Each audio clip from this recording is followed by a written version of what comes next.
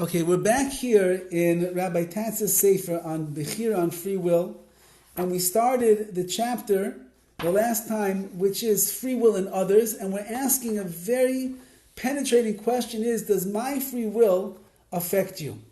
And he goes very deep into the philosophical and theological background behind this question, because the answer obviously is going to have a very big impact on the way in which we view our ability to make decisions and choices in our own lives, and the things that we do, if they are in fact having an effect on other people around us or farther away or not. So he says in more detail, let me explain to you what the problem is in asking if you are doing something, is what you do, the decision you make, does it affect somebody else? So he says like this: if the hashgacha pratis means that everybody is underneath divine supervision, and we believe that HaKadosh Baruch Hu created the world, and He's running the world, and He is pushing the world along, and He's dealing with every single person on an individual level, if the hashgacha that's governing your life cannot be affected from anything outside the world of your own personal spiritual accounting. We talked about ourselves. If I, for example, am a diabetic and I choose to eat a chocolate candy bar and I end up having a diabetic reaction and I am in the hospital, so my actions directly affected myself because of the poor choices that I made.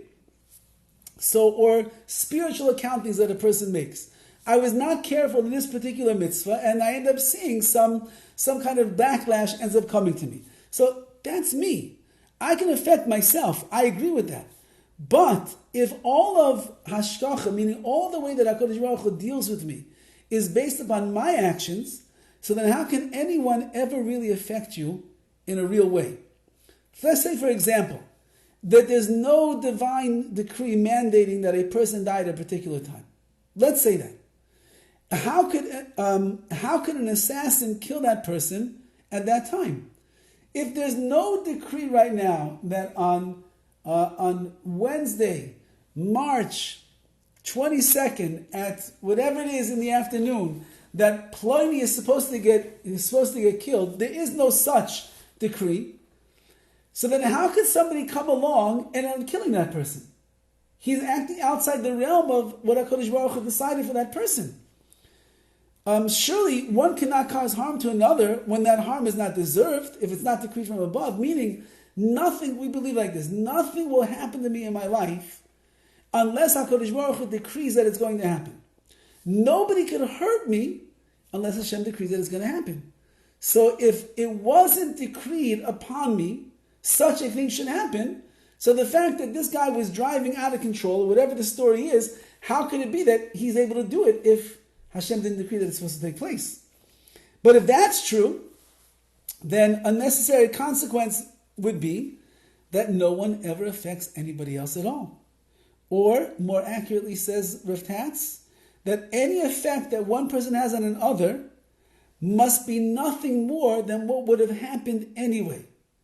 Meaning, if everything that's happening to a person is only happening because Hashem has decreed that's supposed to happen, and somebody comes and does something wrong to me, or they hurt me, or they damage me, it's not that they are the ones that are doing it. We'll have to see how he words it later. But it's that it was supposed to happen, and so this person is kind of just facilitating that which was supposed to happen. Any effect of one on another must simply be an effect that was deserved and not necessary, and was deserved and necessary. That means the agent that's acting out this thing can be no more than the means to an end that was inevitable. He's just doing the job. If I get in a car and the car takes me from my house to my workplace, so has the car done anything? The car made a decision? The car chose to drive me? No, I got behind the wheel and I drove. So the car is just the agent that gets me from point A to point B. So too, if everything that's happening in my life is decreed by Hashem, and somebody comes along now and does something to me, so it's not really them that's doing it. Hashem already decreed it. They're just the agent that's acting out the decree of Hashem. They're like the car. So they're not. How can they be held accountable? What do? This would mean that no one can ever really harm or help another person, because any harm or help one imposed on another was going to come their way no matter what. So I helped the old lady across the street. I didn't help her. She's going to get across the street anyway. Someone's going to help her. I loaned somebody $1,000. What a nice guy I am. But he would have got the money someplace else. Hashem already decreed he's going to get the money. So did I do a chesed? I didn't do a chesed for somebody else. I end up punching some guy in the face and he breaks his nose. I broke his nose? No, he's going to break his nose anyway. HaKadosh Baruch Hu decreed he's going to break his nose. Happened to be my hand is the hand that's breaking his nose. But it's not my fault. It was decreed that he's going to do such a thing. Can you say that? That means that all we can do as agents, according to this approach, is make choices and act. I'll make decisions. I'll act upon this, but the consequences of those acts are not really the power of the agents that are apparently causing them.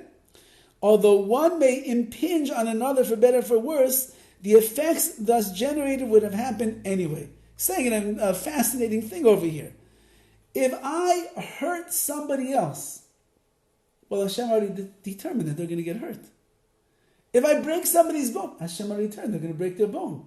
It looks like because of my recklessness or my carelessness or my anger or whatever it is, it looks like I'm the one that's breaking the bones. But I'm just doing what anyway was decreed in heaven is going to happen to them. Again, for better or for worse, I could be a very nice guy. I see this poor fellow over here, he's having a really hard time getting a job. And I have Rahmanis on him. I say, you know what, I'm going to give you a job. And I give the guy a job, and now he's making $100,000 a year. He pays his bills, takes care of his family. Beautiful. So do I deserve a pat on the back? No, says Rav Tatz. You only gave him what was coming to him anyway. HaKadosh Baruch Hu decreed already in the heavens on Rosh Hashanah to be, in fact, that he's going to get a job this year. So you're just acting as the shaliach, as the agent, to bring him along into that place. Now, says Rav Tatz, this is the difficulty in this. This would seem seriously to weaken the power of human free will, because on this account, we may be free to choose and to act. We could do whatever we want. However, we're not free to make any difference to the world beyond ourselves, which is a pretty sad thing to think about. I can't affect the life of anybody else. I could be the greatest person in the world and try to be adding so much good to the world, but I'll never really have an impact on anybody else because it was already decreed that they should have that impact. They should get good. They should get the job. They should have the child. So I can do nothing. All the changes that we bring about in the lives of others are changes that would have occurred without us. I'm a doctor, and I spend my whole day in the hospital saving lives. At the end of the day, I can't go home and feel good about myself that I saved 5 lives today. Says Rav Tatz, why are you feeling so good about yourself? This person was going to live anyway. So it's your hands that, got involved in the surgery. It's your mind that came up with the medication you should take, but you're just bringing about results that anyway were going to happen. So what's your real impact on the world? So to be sure, we're going to be accountable for our choices and deeds. That we know is an obvious axiom of the Torah, meaning the Torah is predicated upon the idea that there is Bechira, there is free will. That we proved from all the chapters beforehand. However, that our accountability could never be construed as being from any more than our choices and deeds themselves. We're only accountable for ourselves, never for causing effects in the world that would have occurred in some way without us. Which is like I'm saying, it's a devastating way, and to an extent, to look at life. That I cannot affect your life, whether for good or for bad, because Hashem made decrees in Shemayim in the heavens already, and I'm only just a facilitator. I'm like the car that's bringing you to that place. Now he says, let me just add and make it more stark over here so you can understand. And he says like this: when one person kills another, the correct interpretation of that event must be that the victim would have died anyway.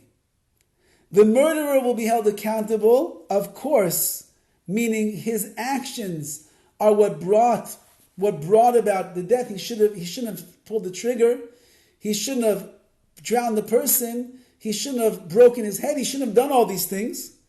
However, strictly speaking, he is accountable only for what he did, but not for the result that occurred, because it would have happened without him anyway. So I, as a murderer, I did something terrible because I'm a murderer. I myself have done something wrong. I made a bad decision in my own life. But the fact that I killed this person over here, he's going to die anyway. So, not my fault. I chose my own actions my own actions of strangling the guy's neck, God forbid. So on that, I'm held responsible for myself. HaKadosh Baruch Hu is going to punish me for myself. But what I did to this person, wasn't it already decreed in heaven that it's supposed to happen that way?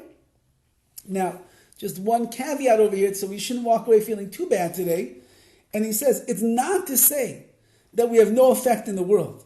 Indeed, our actions cause effects, and we're accountable for the consequences. The point is not that we produce no effects, it's only that those effects would have happened in some other manner or way. According to this account, we act in the world, and indeed we produce effects. We do, whatever we produce, but we can only produce effects that would have occurred without our actions. And this really gets into one of the questions as we're coming to Pesach and the whole story of Yetzias Mitzrayim, the Exodus. So it was already decreed many years before the Jewish people were enslaved in Egypt. When Avram Avinu had a premonition, he had a prophecy. Hashem told Avram that your children, whatever your offspring, are going to go into a gullus. They're going to go into an exile for 400 years, and they're going to be enslaved to a nation that they don't know. It was already decreed, and Mitzrayim ends up being 400 years. So why is Paro getting punished? He's just following through what it says in the Torah. So why should he be punished for what he did? So over there, the Rambam and others answered because Hashem never said who's going to be the one that brings about this gullus, this exile, and the punishments to the Jewish people. He just said it's going to happen. Paro, through his own free will, he rose to the occasion. He became the agent that was going to torture the Jewish people for so many years. So therefore, he can be held accountable for his actions, but it's going to happen anyway. And this is the quandary that Rav Tatz is leaving us in, and he has just a few more questions, I guess, that he's going to try to do it, and then he's going to go through the different approaches, the way that the greatest of philosophical Jewish minds of all generations, the way that they dealt with this question. This is a major, major question, theological question, and Baruch Hashem, he has beautiful, amazing, fascinating answers that we will discuss. Have a wonderful day, everyone. We'll see you next week, possibly in person. All the best. Thank you. You're welcome. You're welcome. All the best.